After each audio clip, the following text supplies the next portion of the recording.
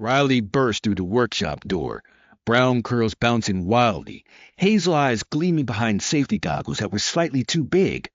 A white lab coat, borrowed from Mom and rolled up 3 times at the sleeves, fluttered behind like a cape, and purple sneakers squeaked against the concrete floor. "Today's the day," came the announcement to absolutely no one, since the workshop was empty except for towers of cardboard boxes, tangles of copper wire, and what looked suspiciously like Great Aunt Martha's old toaster. The workshop used to be a garage, but now it housed the most important scientific laboratory in the entire neighborhood, at least according to its sole operator. Shelves lined every wall, stuffed with mason jars full of mysterious components, rubber bands sorted by color, paper clips arranged by size, and enough duct tape to wrap the moon twice. In the center of it all sat the invention. 3 months of work, countless failed attempts, and approximately 17 minor explosions had led to this moment. The Homework Helper 3000 gleamed under the fluorescent lights, a beautiful contraption of spinning wheels, extending arms, and one very important red button marked Activate. Beep boop. Homework detected. The mechanical voice made jumping back inevitable, even though programming it had taken an entire weekend. The machine whirred to life, pencils spinning in its mechanical fingers like tiny batons. Everything was perfect. Well, almost everything. "What are you doing in here?" Jasper Chen stood in the doorway, arms crossed over his soccer jersey.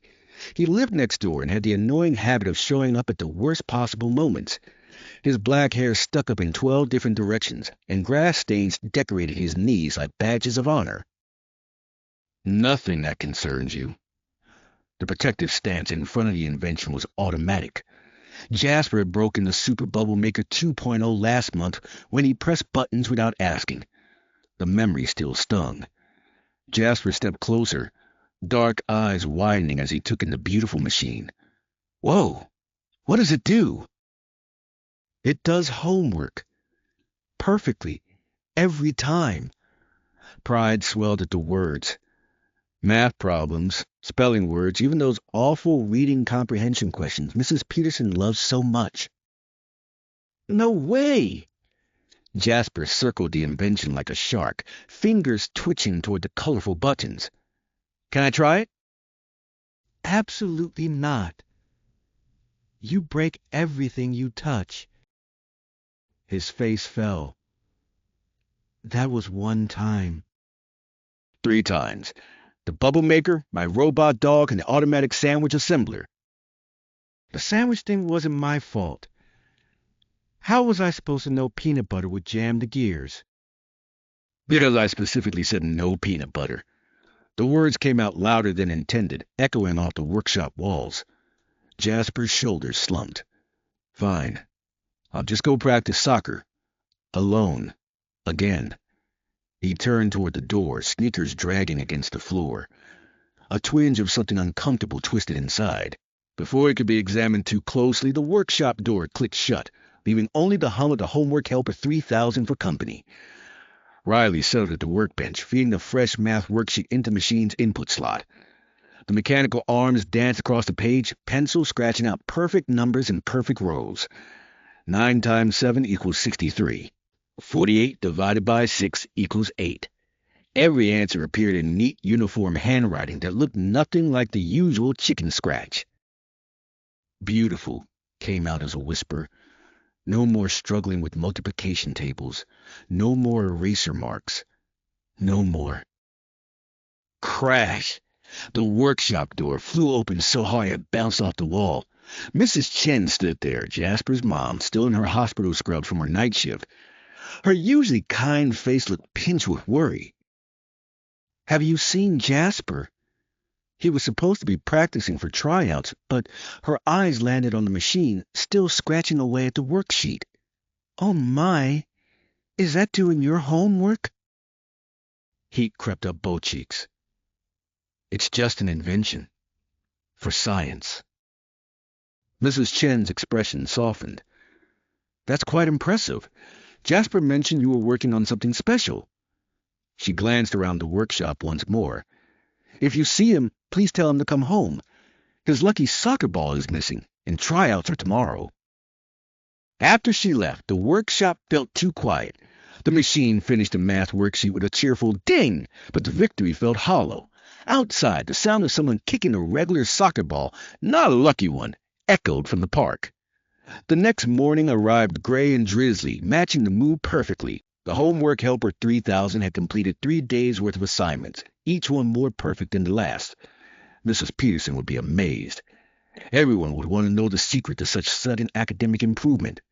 But first, there was something that needed fixing. The machine required one final test, the ultimate challenge. Riley pulled out the science fair entry form, 5 pages of questions about the proposed project. This would prove the invention's worth once and for all. The mechanical arms grabbed their pencil and began.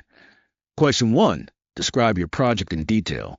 The pencil moved across the page in smooth strokes, writing about hydraulic systems and servo motors and programming languages that sounded impressively scientific.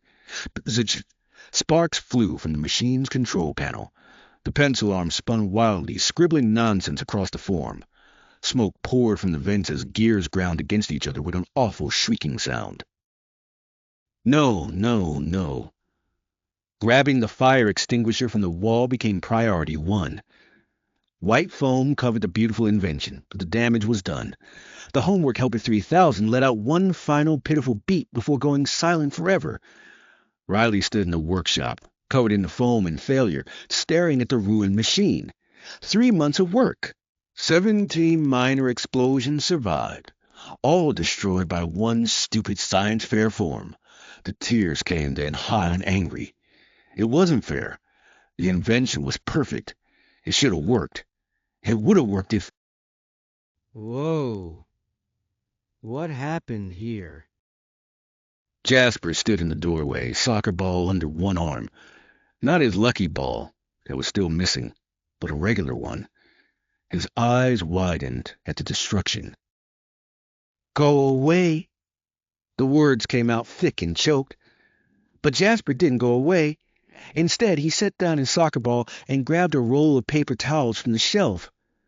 Without saying anything, he started wiping foam off the workbench. What are you doing? Helping. He shrugged. That's what friends do, right? We're not friends. You break everything. Jasper paused in his cleaning. Yeah, I guess I do. I'm sorry about your bubble maker, and the robot dog, and especially the sandwich thing. He went back to wiping. I just wanted to help, but I always mess it up. My mom says I need to think before I touch stuff. The workshop fell silent except for the drip of foam hitting the floor. Riley watched Jasper carefully cleaning around the ruined machine, his usual bouncing energy focused on being gentle. I found your lucky soccer ball, came out before thinking. It rolled under my dad's workbench in the basement. I was going to give it back, but then you showed up yesterday and... You found it? Jasper's whole face lit up. Really? Oh, man, tryouts are in 2 hours, and I thought, wait. His expression shifted. You were mad at me. Why would you look for it? The question hung in the air like smoke from the ruined machine. Why had searching for that stupid ball seemed so important last night? Because even though you break stuff you don't mean to, and taking your lucky ball wouldn't fix my bubble maker. The words felt strange, but true. I'll go get it. Wait. Jasper pointed at the homework scattered across the workbench. 3 days of perfect assignments completed by machine. Is this why you built it? To do homework? Shame crept up again. It seemed like a good idea. Jasper picked up one of the math worksheets, studying the perfect numbers. But this isn't your handwriting. That's the point. No, I mean, he set down the paper. Remember when you solved that super hard problem on the board? You did this little dance when you got it right. And when you write, you always doodle rockets in the margins. He pointed at the machine-perfect worksheet. This is boring. It's not you. The truth of it hit like a soccer ball to the stomach. All those perfect answers, but none of them had any personality. No doodles, no eraser marks from thinking through problems, no satisfaction of solving something tricky. I guess I wanted everything to be perfect. Perfect is boring. Jasper grinned. My lucky soccer ball has a dent from when I kicked it into Mrs. Murphy's garden gnome. That's what makes it lucky. It survived the gnome.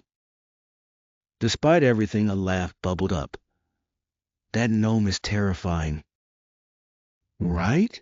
Those eyes follow you. Jasper shuddered dramatically. So what are you going to do about the science fair? Riley looked at the foam-covered machine, then at Jasper, still holding paper towels and trying to help. An idea sparked. Not perfect, but maybe something better. Want to enter together? We could do a project on failure. Failure? Jasper's nose wrinkled. Yeah, like how things going wrong teaches us stuff. We could use my machine as an example, and maybe your soccer training too. How missing the goal helped you aim better next time.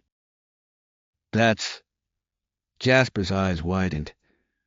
That's actually awesome. We could call it the beautiful mistake machine. 'Cause mistakes can be beautiful? Exactly. Jasper bounced on his toes, energy returning. Oh man, we could interview people about their biggest failures. Like how my mom failed her driver's test 3 times before passing. Or how Mr. Franklin burned 47 cakes before perfecting his famous chocolate recipe. The excitement was contagious. Riley grabbed a fresh notebook, this time ready to fill it with handwritten ideas, complete with rocket doodles. We'll need to document everything. Take pictures of the foam disaster.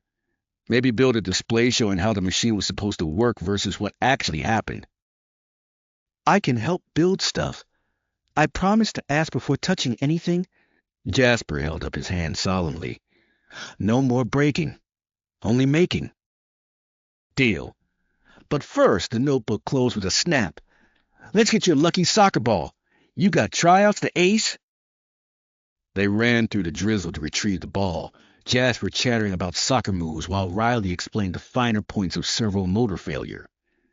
It felt strange, having someone to share ideas with. Strange, but good. At tryouts, Riley stood on the sidelines, cheering as Jasper dribbled his dented ball past defender after defender. He made the team, of course, partly skill, partly luck, but mostly determination. We make a good team, Jasper said afterward, muddy and grinning. Even if I do break stuff sometimes. Everyone breaks stuff sometimes. The words came with a new understanding. That's how we learn to fix things. They spent the next 2 weeks preparing their science fair project. The beautiful mistake machine, now the official name, stood proudly in its foam-damaged glory, surrounded by charts about failure rates, learning curves, and the importance of trying again. Other kids stopped by to share their own beautiful mistakes. Ella's exploding volcano, Marcus's backward-flying paper airplane, Sophia's purple-haired dye disaster. Mrs. Peterson paused at their display, reading their handwritten reports, complete with rocket doodles and grass stains from Jasper's contributions. This is quite different from your recent homework, she said, eyeing the perfect machine-generated worksheets they'd included as evidence. Those were mistakes, too, came the honest answer. Perfect isn't always better. She smiled. Now that's a hypothesis worth testing. They didn't win first place.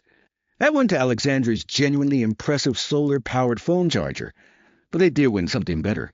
A special recognition for most valuable learning experience and a friendship forged through foam, failure, and forgiveness. The workshop looked different now. The Homework Helper 3000 still sat in the corner, a reminder that not all inventions work as planned, but the workbench held new projects. A 2-person robot dog with reinforced joints, a bubble maker with clearly labeled no peanut butter warnings, and plans for a soccer ball retriever to help Jasper practice. Ready to test a new bubble formula? Jasper asked, safety goggles properly secured this time. Riley grinned, pouring the mixture carefully. Remember, if it explodes, dash. We document everything for science. Exactly. The bubbles floated up, iridescent and perfect in their imperfection. Some popped right away. Others drifted toward the ceiling. One landed on Jasper's nose, making him sneeze. Hey, he said suddenly. Thanks for giving me another chance. You know, after I broke all your stuff. Thanks for showing me that perfect homework is boring homework. They watched the bubbles dance, each one unique, each one temporary, each one beautiful in its own way. Outside, the sun broke through the clouds, casting rainbow reflections through the soap film. Think we should try the peanut butter formula? Jasper asked with a mischievous grin. Absolutely not. Jelly? Maybe. Fluffernutter? Now you're talking like a scientist. They high-fived, already planning their next beautiful mistake. Because that's what scientists do. They try, they fail, they forgive, and they try again. And sometimes, if they're very lucky, they find a friend who understands that the best discoveries come from the biggest disasters. The workshop hummed with possibility, with second chances, with the beautiful mess of learning. And in the corner, the homework helper 3000 stood silent but proud. Its greatest achievement, not the perfect worksheets it produced, but the imperfect, wonderful friendship it helped create. After all, some mistakes are too beautiful to fix.